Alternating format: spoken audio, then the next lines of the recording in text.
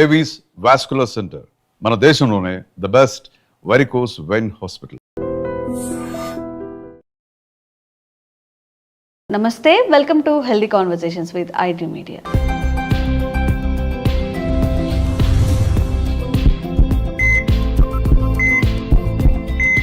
నేను మీ ఛాన్సీ. సో ఈరోజు మనతో ఉన్నారు వంటింటి చిట్కాలకు కేర్ ఆఫ్ అడ్రస్ అయిన చిట్టిపొట్ల మధుసూదన్ శర్మ గారు, ఎండి ఇన్ ఆయుర్వేద.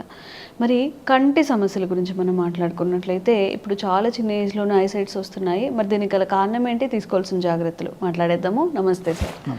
సో చిన్నపిల్లలు కూడా స్పెట్స్ పెట్టుకొని కనిపించడం, లేకపోతే వాళ్ళకి టీవీ చూస్తున్నప్పుడు కనిపించకపోవడం, రాస్తున్నప్పుడు కనిపించకపోవడం, పెద్దవాళ్ళల్లో అంటే చిన్నపిల్లల నుంచి మాట్లాడుకుంటున్నట్లయితే అట్ ద ఏజ్ ఆఫ్ 3, 4, 5 కూడా ఇప్పుడు కొంచెం కంటి సమస్యలు వచ్చే అవకాశం ఉంటుంది. సో ఇవి జెంటికల్గా వస్తాయా, లేకపోతే ఏమైనా ఫుడ్ చేంజెస్తో మనం సెట్ చేసుకోవచ్చా, ఎలా చేయొచ్చు అంటారు?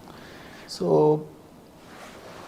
శరీరంలో మిగతా అవయవాలతో పాటు వచ్చేటువంటి జబ్బుల్లో కూడా కంటికి కూడా జబ్బులు వస్తుంటాయమ్మా. కానీ సర్వేంద్రియం నయనం ప్రధానం. అవును. సో అన్ని అవయవాల కంటే కూడా నయనం అంటే కన్ను చాలా ప్రధానమైందని చెప్పేసి పూర్వకాలం ఆనాడే మన పెద్దలు చెప్పడం జరిగిందమ్మా. సో కంటిని జాగ్రత్తగా కాపాడుకుంటున్నారని చెప్పేసి కళ్ళు బాగుంటేనే సమస్తమైన ప్రపంచాన్ని కూడా మనం చూడగలము.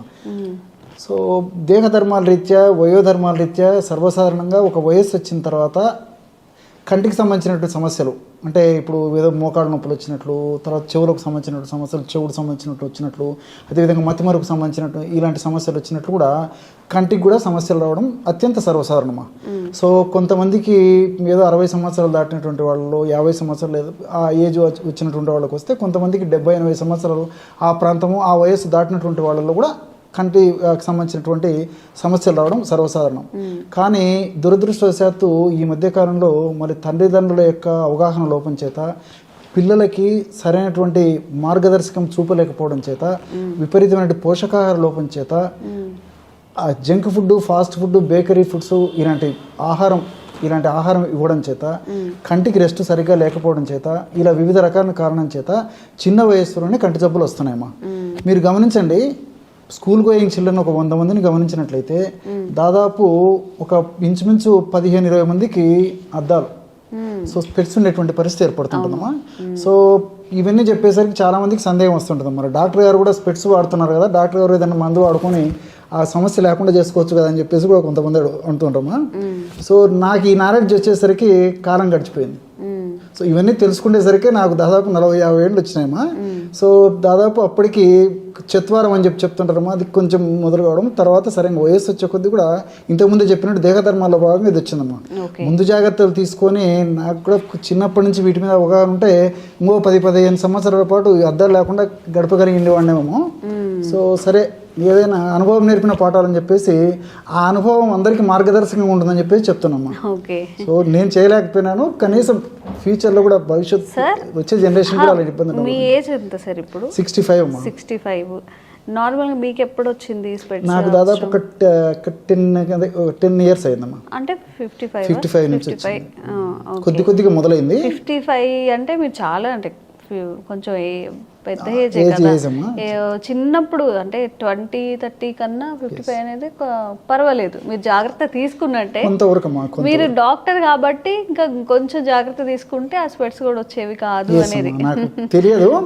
సో తెలుసుకునేసరికి పుణ్యకాలం గడిచిపోయిందమ్మా. సో ఇప్పుడు కొంత డ్యామేజ్ అయిపోయింది కాబట్టి దాన్ని పూర్తి స్థాయిలో తీసుకురావడం కూడా కష్టం. అసలు ఇప్పుడు కంటి ఆరోగ్యం బాగుండాలి అన్నప్పుడు చిన్నప్పటి నుంచి పిల్లలకి మనం తీసుకోవాల్సిన జాగ్రత్తలు? ఎగ్జాక్ట్లీ అమ్మా. సో ముఖ్యంగా చిన్నపిల్లలకి పోషకాలు బాగా సమృద్ధిగా ఉన్నటువంటి ఆహారం ఇవ్వడం పిల్లలకు నేర్పించాలి. అంటే పోషకాలు ఉండేటువంటి ఆహారం అంటే బాగా ప్రోటీన్స్, అదేవిధంగా ఈ మైక్రోన్యూట్రియంట్స్, కొన్ని రకాలైనటువంటి విటమిన్స్, ఖనిజాలు ఇలాంటివి సంపూర్ణంగా ఉండే ఆహారం చిన్నపిల్లలకి ఇవ్వాలమ్మా. మెయిన్గా చేయాల్సింది అది. సో ఈ పోషకాహారంలో కూడా విటమిన్ ఏ ప్రధానంగా ఉండాలి. అదేవిధంగా విటమిన్ సి, విటమిన్ డి, అదేవిధంగా విటమిన్ ఈ, అదేవిధంగా ఒమేగా-3 ఫ్యాటీ యాసిడ్స్, ఇలాంటివన్నీ కూడా చిన్నప్పటి నుంచి అలవాటు చేసినట్లయితే చిన్నపిల్లలకి సో చాలా వరకు కూడా ఒక వయస్సు వచ్చేంత వరకు కూడా వాళ్ళకి ఎలాంటి కంటి జబ్బులు రావమ్మా. ఓకే. సో కంటికి సంబంధించినటువంటి ఈ రెటినాకు సంబంధించినటువంటి సమస్యలు కానీ, లోపల రక్తనాళాలకు సంబంధించినటువంటి సమస్యలు కానీ, తర్వాత విజన్కి సంబంధించినటువంటి సమస్యలు కానీ, తర్వాత ఈ శుక్రాలు అంటారు కదమ్మా, ఈ క్యాట్రాక్ట్ ఇలాంటి సమస్యలు కానీ, ఇలాంటివి ఏవి రాకుండా ఉండేదానికి నేను చెప్పినటువంటి పోషకాహార పదార్థాలు బాగా సమృద్ధిగా చిన్నప్పటి నుంచి వాడడం వల్ల చాలా అద్భుతంగా ఉపయోగపడుతుందమ్మా. సో అలాంటి వాటిల్లో ఫర్ ఎగ్జాంపుల్ విటమిన్ ఏ గురించి మనం ఆలోచించినట్లయితేమా, ఈ విటమిన్ ఏ కరివేపాకు తర్వాత కొత్తిమీరలో పుష్కలంగా ఉంటుందమ్మా. సో మీరు బాగా గమనించండి, కరివేపాకు మన ఆహార పదార్థాల్లో వంటకాలు తయారు చేసి కరివేపాకు అందులో వేసినప్పటికీ ఎంతమంది కరివేపాకు తింటున్నారమ్మా? పెద్దవాళ్లకు అలవాటు లేకుండా పోయింది చాలామందిలో.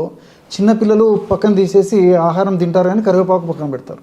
సో మన పెద్దలు దాని యొక్క పర్పస్ను గుర్తిరిగే ఆహార పదార్థాల్లో వంటకాల్లో అది వేసి తినమని చెప్పి తయారు చేసుకొని తినమని చెప్పారమ్మా. సో తల్లిదండ్రులకు వాటి మీద అవగాహన లేకపోవడం చేత పిల్లలకు అది చెప్పేటువంటి పరిస్థితి లేదు. సో కరివేపాకు పొడి రూపంలో అంటే అస్సలు తీసుకోరు. ఇలా విధంగా మనం కూరల రూపంలో దాంట్లో రూపంలో చేసినా తీసుకోకపోయేటువంటి పరిస్థితి ఉండడం చేతనే చిన్నపిల్లలకు ఈ సమస్య మరీ ఎక్కువ అవుతుందమ్మా చిన్న వయసు నుంచి. అదేవిధంగా కొత్తిమీర కూడా చాలా అద్భుతంగా పనిచేస్తుంది. దీనితో ఆకుకూరల్లో కూడా మంచి విటమిన్స్ మినరల్స్ ఇవన్నీ ఉన్నాయమ్మా. ఫర్ ఎగ్జాంపుల్ ముఖ్యంగా అందరికీ అమ్మా, పిల్లల కంటే ఇప్పుడు అందరికీ కంటి సమస్యలు వస్తున్నాయి కాబట్టి అందరికీ ఉపయోగపడేవి చెప్తుంటాను. సో పొన్నగంటి కూర అమ్మా. పొన్న అంటే బంగారం, గంటి అంటే కన్ను. సో కంటి సమస్యల్లో బంగారం లాగా పనిచేస్తుంది కాబట్టి దాన్ని పొన్నగంటి కూర అంటారమ్మా. చాలా మందికి తెలియదు. పొన్నగంటి కూర వాడేటువంటి వాళ్ళు ఎంతమంది ఉన్నారమ్మా? అది తెచ్చుకోవాలి, తుంచుకోవాలి, ఆకులు విడదీసుకోవాలి, తయారు చేసుకోవాలంటే మరి మహిళలకు ఓపికలు తగ్గిపోయాయి, తయారు చేసుకోవడానికి ఓపికలు తగ్గిపోయాయి. సో చేసి పెట్టేటువంటి పరిస్థితులు కూడా చాలా కుటుంబాలు లేకపోవడం చేతనే ఇలాంటి సమస్యలు వస్తున్నాయమ్మా. సో మెంతాకు కానీ, పున్నగంటాకు కానీ, తర్వాత ఈ తోటకూర కానీ, అదేవిధంగా కొత్తిమీర కానీ, కరివేపాకు కానీ, ఇలాంటివన్నీ ఆహార పదార్థాల్లో వంటకాల తయారీలో పుష్కలంగా వాడుకోవడం వల్ల చాలా అద్భుతమైన ఫలితాలు కలుగుతాయమ్మా. దీంతోపాటు విటమిన్ సి మనకు దేహంలో ఎక్కువ రోజు నిల్వ ఉండదమ్మా. ఏ రోజుకి ఆ రోజు అయిపోయి దాని పాత్ర. సో ప్రతిరోజు మన దేహానికి విటమిన్ సి అందిస్తుండాలి. సో విటమిన్ సి దేహానికి ప్రతిరోజు అందిస్తున్నారంటే కనీసము రోజు ఒక జామకాయను తింటా ఉండాలి. పుష్కలంగా విటమిన్ సి ఉంటుంది. సో లేకపోతే కనీసం ఒక నిమ్మరసం అన్న తీసుకుంటున్నారమ్మా. లేకపోతే ఉసిరికతో తయారు చేసినటువంటి ఏదో ఒక పదార్థం అన్న తీసుకుంటున్నారు. కంపల్సరీగా తీసుకోవాలమ్మా. చాలా మందికి తెలియదమ్మా. సో విటమిన్ సి వ్యాధి నిరోధక శక్తిని పెంపొందింపజేసేటువంటి వాటిలో అద్భుతంగా పనిచేస్తుంది.